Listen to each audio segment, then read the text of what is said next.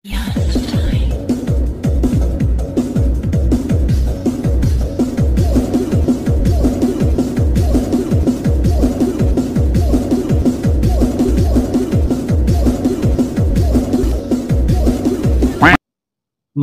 Master.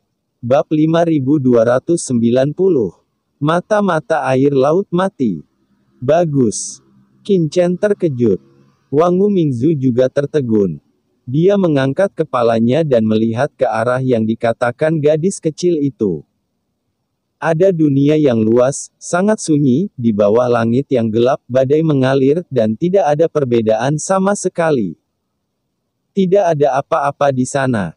Wan Mingzu melangkah maju dan bertanya dengan bingung. Mengapa aku tidak bisa melihat hal-hal baik yang kamu katakan? Gadis kecil itu mengabaikan pertanyaan Wan Mingzu dan menatap Qin Chen dengan penuh semangat. Kakak saudaraku, saya tidak tahu apa itu secara spesifik, tetapi memang ada aura yang sangat kuat ke arah itu, dan itu semakin kuat dan kuat. Aura ini sangat kuat dan menakutkan, pasti ada sesuatu yang baik. Gadis kecil itu terlihat sedikit bersemangat. Ini adalah pertama kalinya Qin Chen merasakan tatapan bersemangat dari seorang gadis kecil, dan dia tidak bisa menahan diri untuk tidak melihat ke arah yang ditunjuk gadis kecil itu. Di sana pegunungan yang gelap gulita membentang, membentuk bukit tandus dengan sedikit orang. Ini adalah tanah terlantar, sepi di mana-mana, belum lagi orang, bahkan hantu. Qin Chen melihatnya sebentar, dan memang tidak ada apa-apa di sana, seperti yang dikatakan Wang Mingzu. Namun, Qin Chen tidak menahan diri, dan sumber di tubuhnya tiba-tiba berubah. Bersenandung. Di antara alisnya, mata jiwa tiba-tiba terbuka, dan cahaya redup mekar, menembus ke langit yang tak berujung. Itu adalah mata penciptaan. Mata penciptaan adalah kekuatan supernatural yang dipadatkan Qin Chen di alam semesta awal saat itu.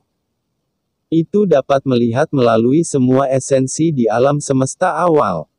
Sekarang dia telah memasuki dunia bawah, Qin Chen telah memadatkannya kembali dengan aturan dunia bawah, membentuk ciptaan unik. Di dunia bawah. Dalam sekejap, pemandangan di depan Qin Chen berubah, itu bukan lagi pemandangan yang sunyi, tetapi jalan yang mengalir, dan nafas dari berbagai jalan beredar. Mengembangkan berbagai dinamika unik. Itu. Ketika Qin Chen mengaktifkan mata penciptaan, dalam kegelapan, dia bisa melihat perubahan unik di dunia yang jauh, tetapi perubahan ini sangat ekstrim. Jika gadis kecil itu tidak mengingatkannya sebelumnya, Qin Chen sendiri takut tidak mungkin dia menyadari perubahan ini. Mungkinkah itu hal baik yang dikatakan Xiao Xiao? Pergilah. Memikirkan hal ini, Qin Chen bahkan tidak ragu-ragu, dan langsung meraih tangan gadis kecil itu, dan terbang ke arah itu. Tuan Muda Chen, tunggu aku. Di belakang, Wan Mingzu tidak menyadari apa yang terjadi, Qin Chen sudah menghilang ke dalam kehampaan di depannya, dan Wan Mingzu bergegas. Harus dikatakan bahwa kecepatan Wang Mingzu masih sangat cepat, setelah beberapa saat, dia sudah menyusul Qin Chen. Dan kemudian melihat Qin Chen memegang tangan gadis kecil itu dan terbang dengan cepat, tidak peduli. Kakak pergi ke arah itu, dia ke sana. Sepanjang jalan, gadis kecil itu terus menunjuk ke depan jalan, sementara Wan Mingzu bahkan tidak bisa menyela pembicaraan, yang langsung membuat Wan Mingzu wajahnya sehitam panci besi. Dia memiliki perasaan samar bahwa dengan gadis kecil di belakangnya, dia mungkin tidak disukai. Tidak, Anda harus tampil baik di depan Tuan Muda Chen. Wang Mingzu diam-diam menghibur dirinya sendiri. Dipimpin oleh gadis kecil itu, sekitar 1 jam kemudian, Qin Chen dan rombongannya naik ke langit di atas bukit tandus. Kakak tepat di bawah. Gadis kecil itu menunjuk ke bawah.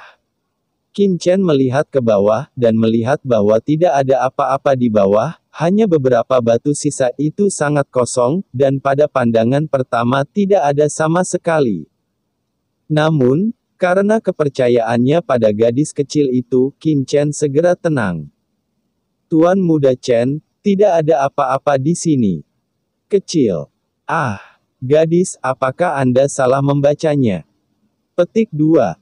Wangu Mingzu berputar-putar, tidak menemukan apa-apa, dan kembali ke sisi Qin Chen, diam-diam bahagia di hatinya. Dia berpikir bahwa gadis kecil ini mampu, dan dia ternyata cantik. Qin Chen melihat sekeliling dengan hati-hati, dia kesadaran spiritualnya perlahan menghilang, dan daerah sekitarnya kosong. Memang tidak ada apa-apa di sana. Seperti tempat lain, tidak ada yang istimewa tentangnya. Kakak, benda itu ada di bawah sana. Petik 2. Gadis kecil itu berkata sambil menunjuk ke tanah di depannya. Di bawah. Wangu Mingzu dan Qin Chen melihat ke atas. Mata ciptaan muncul di antara alis Qin Chen. Dia terkejut ketika melihatnya. Memang, ada fluktuasi aneh dalam aturan dunia bawah di depannya, seolah diganggu oleh beberapa memaksa sama. Sok, Wangu Mingzu tidak melihat apa-apa. Dia bergegas ke langit di atas ruang terbuka dan berkata kepada Qin Chen. Tuan Muda Chen, meskipun gadis kecil ini memiliki mata hidup dan mati yin dan yang, dia datang dari tempat kecil setelah semua apa hal yang baik, tidak ada apa-apa di sini. Bagaimana mungkin ada harta? Petik 2. Tuan Muda Chen, saya pikir Anda harus mengikuti saya. Setelah kata-kata itu jatuh, Wangu Mingzu meninju ruang terbuka di bawah. Dengan keras tanah terbelah, dan sebuah lubang besar muncul. Wangu Mingzu berkata, lihat Tuan Muda Chen, jelas tidak ada apa-apa di bawah. Sebelum dia selesai berbicara, semburan air hitam keluar dari tanah dalam sekejap. Dengan keras, semburan air langsung mengenai tubuh Wangu Mingzu, membuatnya berteriak kesakitan. Jika bukan ini jejak sisa-sisanya jiwa dipercayakan pada harta tertinggi dari tulang berlapis Wanming, Wangu Mingzu bahkan merasa bahwa jiwanya akan langsung terkorosi di bawah semburan air ini. Apa-apaan ini? Wangu Mingzu berteriak, buru-buru mengelak, dan melihat ke kolom air di depannya dengan ngeri. Kolom air ini terdiri dari aliran air hitam legam, sangat dingin dan keras, dan mengandung kengerian nafasnya, seperti pisau, langsung membelah dunia di depannya. Itu saja, tapi aura yang terkandung di kolom air ini justru membuat Wangu Mingzu sedikit ketakutan. Tahukah Anda, meskipun dia hanyalah sisa jiwa, dia pernah menjadi 3 puncak yang terpisah. Kolom air ini bisa membuatnya merasa seperti ini, yang menunjukkan kengeriannya. Dan mungkin tidak jauh lebih baik dari mata air kuning yang dimiliki oleh Kaisar Naib. Kakak, benda ini adalah harta karun, cepat singkirkan. Melihat kolom air, gadis kecil itu berteriak dengan tergesa-gesa. Berbeda dengan gadis kecil yang berbicara, mata Qin Chen sudah terfokus pada kolom air, dan matanya berangsur-angsur menjadi serius dengan basis kultivasinya. Dia secara alami bisa melihat kengerian aliran air. Tepat ketika Qin Chen hendak mencoba memahami kolom air, tiba-tiba, 2 angin kencang terdengar, dan dalam waktu singkat, 2 bayangan jatuh di bukit tempat Qin Chen berada. Qin Chen tercengang, mata air sepertinya telah keluar belum lama ini, apakah seseorang merasakannya begitu cepat? Jelas tidak ada orang di sekitar sini sekarang. Ini adalah nafas kematian yang kuat. Ini adalah mata air laut mati. Sebenarnya ada mata air laut mati di sini. Yang terakhir dari keduanya segera berseru, tetapi yang di depan tidak mengatakan sepatah kata pun, tetapi melihat orang mati laut di depannya ada ekspresi kaget di mata air yang gelap gulita. Qin Chen telah melihat dengan jelas saat ini bahwa sebenarnya ada 2 ahli transenden di sini, yang di depan adalah transenden tingkat pertama. Dan yang di belakang telah mencapai puncak tingkat pertama. Pada saat yang sama Qin Chen juga mengerti bahwa mereka berdua tidak merasakan embusan air di depan mereka, tetapi pembudidaya hantu transenden di depan sedang melarikan diri. Dan pembudidaya hantu transenden di puncak tingkat pertama di belakang sedang mengejar mereka, dan mereka baru saja lewat di sini. Qin Chen sangat gembira ketika dia melihat bahwa dia telah mencari lama sebelumnya, tetapi dia tidak melihat satu pun pembudidaya hantu. Tetapi sekarang dia langsung bertemu dengan dua pembudidaya hantu transenden. Bab 5291. Kita semua jangan lupa subscribe channel Dongeng Donghua. Di tempat hantu ini, saya akhirnya melihat orang-orang dari dunia bawah lagi. Saya melihat dua yang terpisah di depan saya, yang di depan saya bertubuh sedang, dengan kulit gelap, dan terlihat sangat cakap. Di tangannya, dia mengorbankan pedang hitam pekat. Kekuatan Qi. Tapi detasemen puncak tingkat pertama jauh lebih dingin, dengan aura hantu menembus tubuhnya, dan bahkan jejak racun di dahinya, yang bahkan lebih ganas dari elang tua itu. Dari segi penampilan, kedua orang ini sangat jelek, tetapi saat ini di mata Qin Chen, kedua orang ini menjadi sangat ramah dalam sekejap. Awalnya, kedua detasemen mengejar, tetapi setelah melihat mata air laut mati di depan mereka, keduanya berhenti berkelahi untuk sesaat. Dan mata mereka semua terfokus pada semburan air hitam yang mengalir di depan Qin Chen, dengan kaget. Dalam warna mata mereka. Petik 2. Nak, aku tidak menyangka kamu begitu beruntung menemukan mata air laut mati. Katakan padaku, bagaimana kamu menemukan mata air laut mati ini? Ketika aku lewat sebelumnya, tidak ada apa-apa di sini. Mengapa laut mati? Tiba-tiba muncul saat ini. Yang pertama berbicara adalah detasemen puncak. Dia melihat mata air yang memancar dengan ekstasi, dan berkata kepada Qin Chen dengan muram, dengan aura hantu yang menakutkan melonjak di sekelilingnya. Bagaimana saya menemukan mata air laut mati? Apakah itu ada hubungannya dengan Anda? Kata Qin Chen ringan. Dan pria terpisah yang mengorbankan pedang hitam itu tiba-tiba mengerutkan kening dan menatap Qin Chen, karena dalam tatapan Qin Chen, dia tidak merasakan ketakutan sedikit pun. Mendengar kata-kata Qin Chen, tingkat detasemen puncak itu segera menjadi kemarahan. Melihat Qin Chen masih sangat muda, dia secara alami berpikir bahwa kultivasi Qin Chen rata-rata. Tetapi dia tidak menyangka bahwa pria di depannya ini akan berani melakukannya. Berbicara dengannya seperti ini. Beraninya kamu, apakah kamu tahu siapa kursi ini? Beraninya kamu berbicara seperti itu padaku. Awalnya, kursi ini ingin menyelamatkan hidupmu dan membiarkanmu mengikuti kursi ini demi hadiah sebesar itu darimu. Karena kamu mencari kematian, maka kursi ini akan memenuhimu. Tingkat detasemen puncak itu memiliki wajah suram, dan dia tidak mau repot-repot terus berbicara omong kosong sama sekali, jadi dia langsung mengorbankan cahaya hitam, dan dalam sekejap. Cahaya hitam langsung mengenai kepala Qin Chen. Qin Chen mencibir di dalam hatinya, benar-benar tidak ada alasan di dunia bawah ini, yang terkuat adalah bosnya. Namun, detasemen puncak tingkat pertama hanya ingin melakukan sesuatu padanya, yang tidak diragukan lagi terlalu naif. Qin Chen mencibir di dalam hatinya, dan tepat ketika dia akan melakukannya. Bayangan hitam datang ke Qin Chen dengan sia-sia. Bajingan, jangan berani menembak Chen, lancang. Diiringi oleh bayangan hitam datang teriakan marah, dan kemudian Qin Chen mendengar ledakan keras, dan bayangan hitam dan lampu hitam bertabrakan tiba-tiba.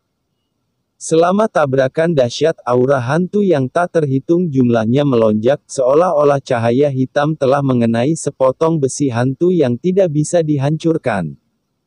Itu membuat suara mendengung yang menusuk, dan kemudian tiba-tiba memantul. Cahaya hitam ini menstabilkan bentuknya di udara, dan ternyata itu adalah tombak yang setengah patah. Cahaya hitam mengalir di atasnya, dan rune berkedip-kedip, memancarkan udara dingin yang membuat orang merasa seolah-olah telah jatuh ke dalam gudang es.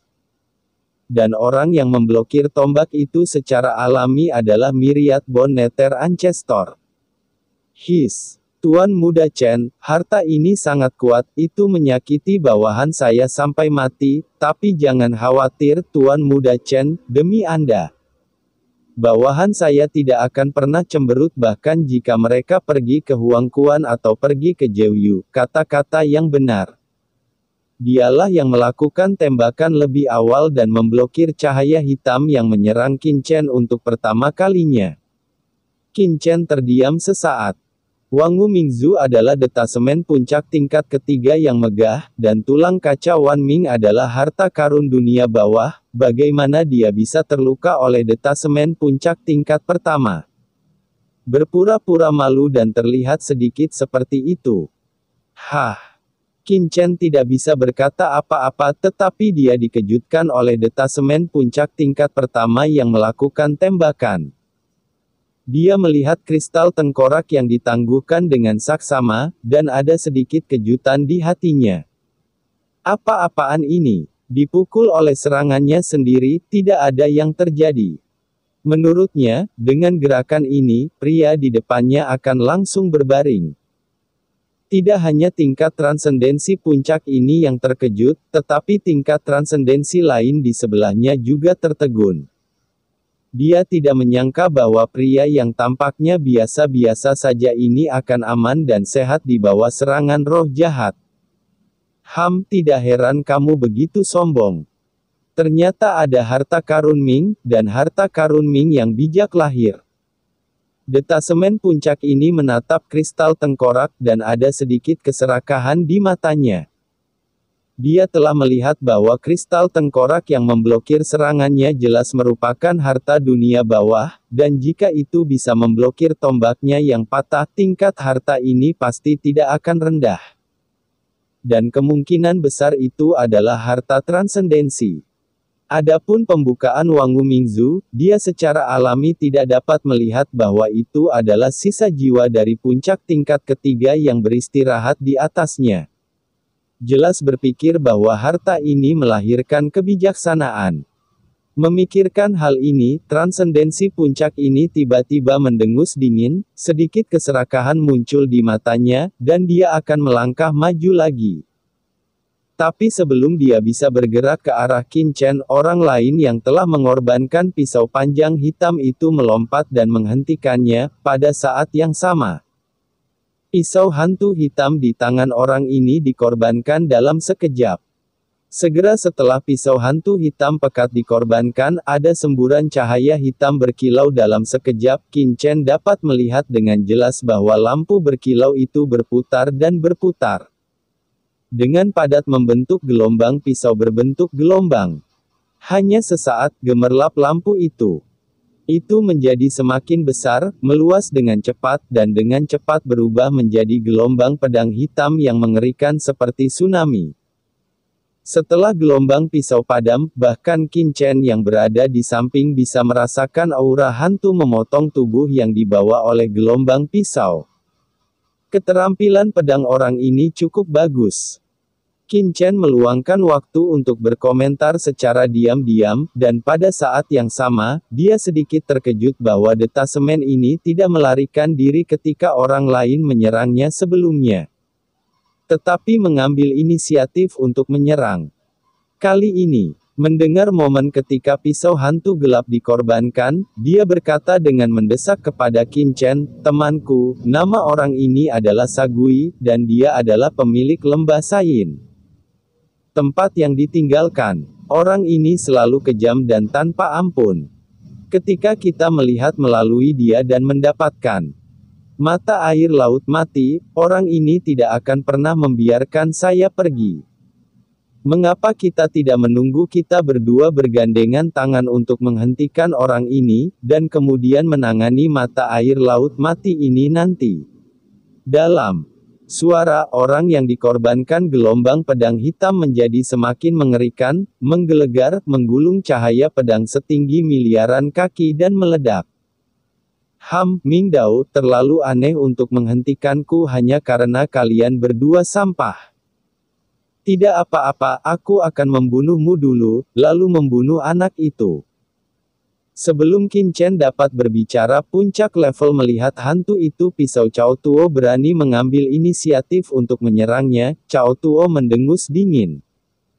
Dan tombak di tangannya kembali menjadi cahaya hitam, dan cahaya hitam bertabrakan dengan liar, bertabrakan dengan gelombang pisau hitam pekat yang mengerikan. Dalam sekejap, tiba-tiba ada suara ledakan yang memekakkan telinga. Cahaya hitam kali ini jauh lebih kuat daripada cahaya hitam yang baru saja mengenai Qin Chen. Jelas, dia tidak menggunakan kekuatan penuhnya dalam detasemen puncak ini ketika dia menyerang Qin Chen barusan. Ada bunyi klik. Qin Chen jelas merasa bahwa saber hantu itu transenden dan bukan lawan hantu jahat. Gelombang pisau hitam pekat yang luar biasa menembus langit, seolah memotong duri dan duri. Dengan cepat terbelah menjadi celah besar di ombak. Dan tombak hitam yang patah itu seperti sambaran petir, menghancurkan cahaya pedang hitam yang tak terhitung jumlahnya, dan itu datang ke pedang gelap dalam sekejap.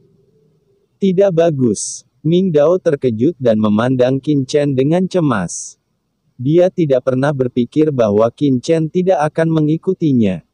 Dia sendiri bukan tandingan Sagui. Dalam krisis, begitu wajahnya berubah, dia hampir untuk segera mundur. Tapi sebelum dia mundur, hantu itu sepertinya tahu apa yang dia pikirkan, dan tiba-tiba mengangkat tangannya, dan jaring raksasa hitam besar muncul di langit dan bumi dalam sekejap. Segera setelah jaring hitam besar muncul, itu meluas dengan cepat dan berubah menjadi jaring hitam yang mengejutkan, menutupi langit dan bumi, menutupi pisau hitam. Dan gelombang pisau hitam legam yang dilepaskan oleh pisau gelap menghantam jaring hitam dengan aenga suara puff, tapi tidak bisa merusak jaring hitam sama sekali. Sudah berakhir. Jejak keputusasaan tiba-tiba muncul di hati Mingdao. Dia tahu bahwa dia ceroboh.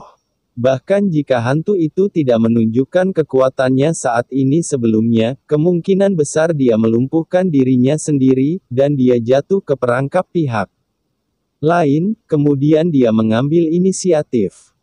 Melihat bahwa Mingdao langsung diselimuti oleh jaring raksasa hitam pekat, cibiran tiba-tiba muncul di hati Sagui.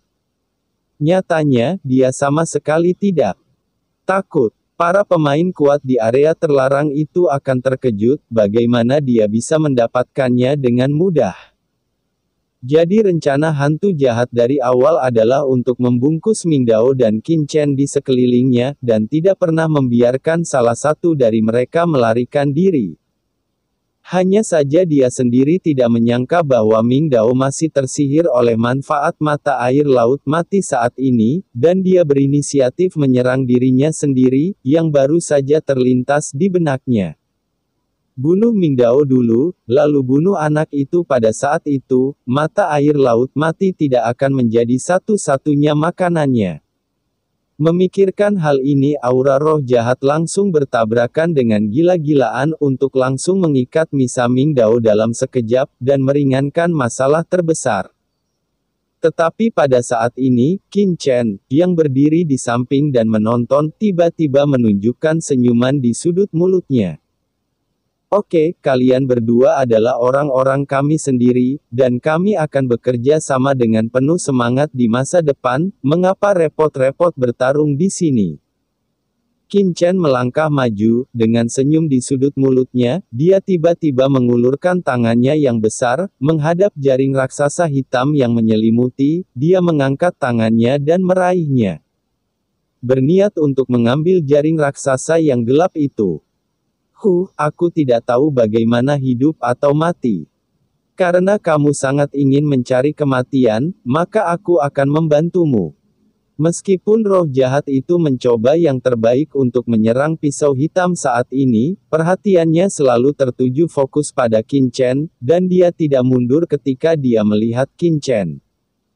Tetapi mengambil inisiatif untuk menyerang, dan hatinya tiba-tiba menjadi ketakutan dan marah, dan ketika dia membuka mulutnya, semburan kabut, panggilan, aura pedas dengan cepat menyebar, dan di mana kabut hitam pekat lewat, ada suara cici di kehampaan, jelas kabut hitam pekat itu mengandung racun yang kuat.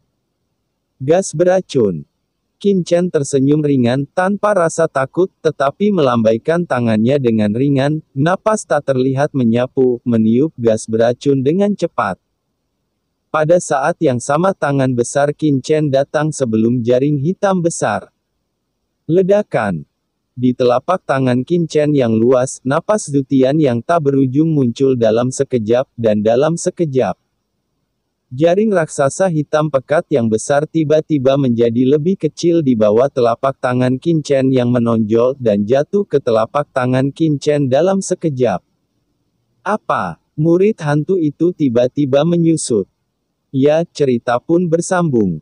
Terima kasih buat Anda yang sudah mengikuti alur dari channel Dongeng Donghua, dan yang sudah bantu subscribe. Semoga selalu diberi kesehatan, dilancarkan usahanya, dan dimurahkan rezekinya.